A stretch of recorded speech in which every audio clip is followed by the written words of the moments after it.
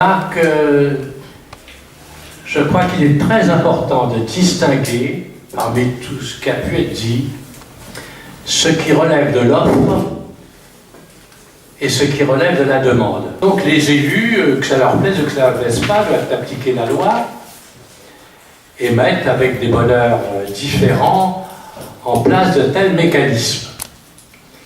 Je répète, il s'agit d'une offre de participation de la part des élus. C'est tout à fait à distinguer de la demande de participation, qui est l'inverse.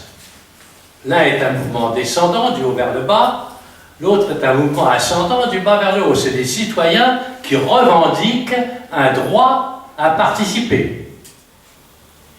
Donc je crois qu'il faut bâtir des programmes, comme vous l'avez fait, à partir de cette idée qu'il faut faire se rencontrer un mouvement descendant, des lois, des élus. Certains sont de bonne volonté, ils sont minoritaires, en général on les connaît, les élus complices de plus de démocratie. Beaucoup d'autres sont réticents, ils ont peur de perdre du pouvoir. Quelques-uns, et ils sont quand même nombreux, sont carrément hostiles, disant que le suffrage universel leur a donné l'exclusivité de la légitimité, comme l'a dit une fois un élu, maintenant que le peuple a de bons élus, que le peuple reste tranquille. Nous sommes opposés naturellement, totalement à cette conception. C'est pas parce que le peuple a de bons élus qu'il doit rester tranquille, il doit être constamment le poil à gratter, l'aiguillon, la force de proposition qui empêche les élus de ronronner, de mener l'entre-soi facile que l'on connaît trop souvent. Voilà une première série de réflexions.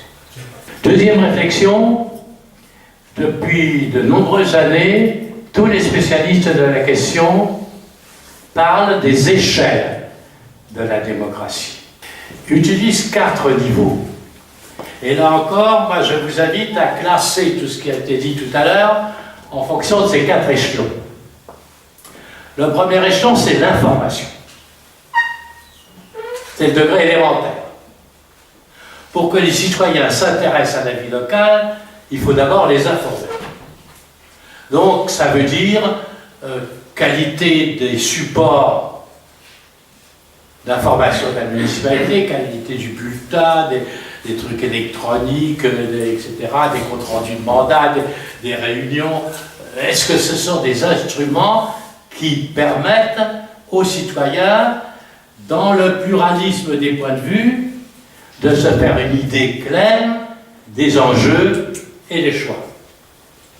Ou est-ce que c'est simplement, comme je le disais il y a un instant, une com pour vendre la municipalité et surtout pour persévérer dans l'être, c'est-à-dire pour être réélu à la prochaine fois?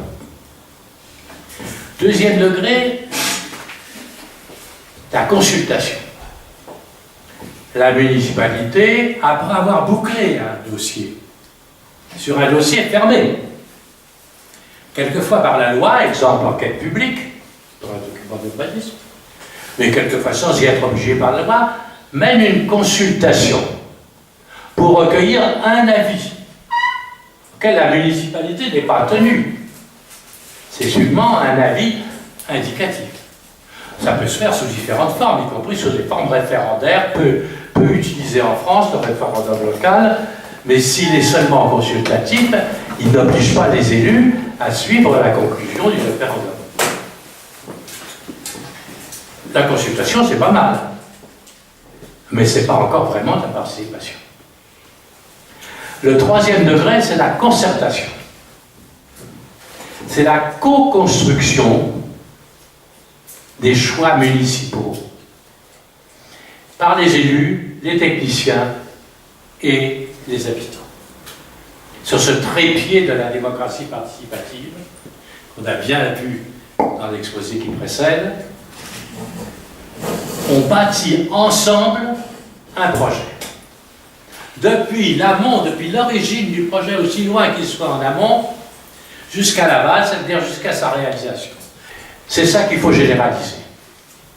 Parce que les habitants dans un centre de concertation apportent leur intelligence de citoyen, leur expertise de citoyen, qui est différente de l'expertise de l'élu et de ses choix politiques, et aussi différente de l'expertise du technicien, de l'expert, du consultant.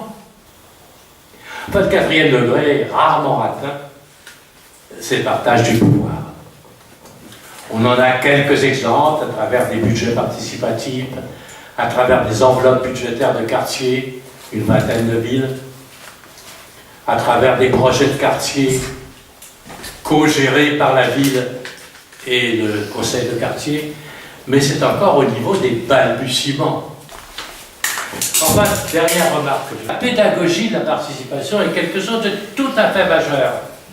Je dis souvent à des élus qui sont bien disposés, vous avez mis sur place des quantités de processus, de dispositifs, des instants, etc. Mais est-ce que vous avez fait quelque chose d'étendre le champ social des citoyens participatifs? Enfin, je fais une dernière remarque. J'attire votre attention que de plus en plus, le problème n'est plus communal, mais intercommunal. Le pouvoir glissant peu à peu vers l'intercommunalité, les financements majeurs glissant de plus en plus vers l'intercommunalité, et la commune étant de plus en plus réduite à des problèmes de voisinage, de proximité.